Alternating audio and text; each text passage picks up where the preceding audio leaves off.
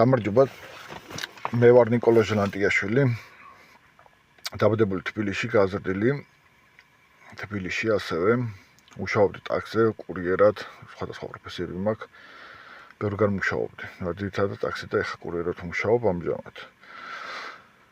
მინდა რომ დავეხმარო ხალხს, ანუ ჩემი ცოდნით, ჩემი პრაქტიკით, ჩემი გამოცდილებით, ვარ ცხოვრების შემსწავლელი, ესე რომ ვთქვათ.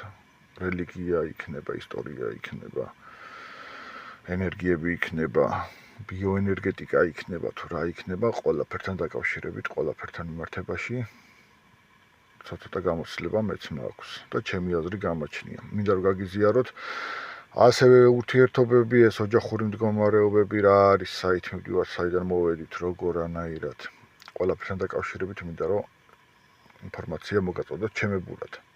გარდა იმისა, რასაც ასწავლიან ახლა მაღალი რანგის წარმომადგენლები, მე ჩემი აზრი მაქვს მაინც, ჩემი გამოცდილება მაქვს და მინდა რომ გადმოგცეთ, თუ რამე კითხვები გაგიჩნდებათ, დიდი სიამოვნებით გიპასუხებთ, მომწერეთ. გამარჯობა, მე ვარ ნიკოლოზ ჟელანტიაშვილი, დაბადებული თბილისში, გაზრდილი თბილისში, ასევე მუშაობდი ტაქსზე, კურიერად, სხვადასხვა პროფესიები მაქვს. ბევრგან მუშაობდი, ძირითადად ტაქსი და ეხა კურიერად მუშაობ ამჟამად.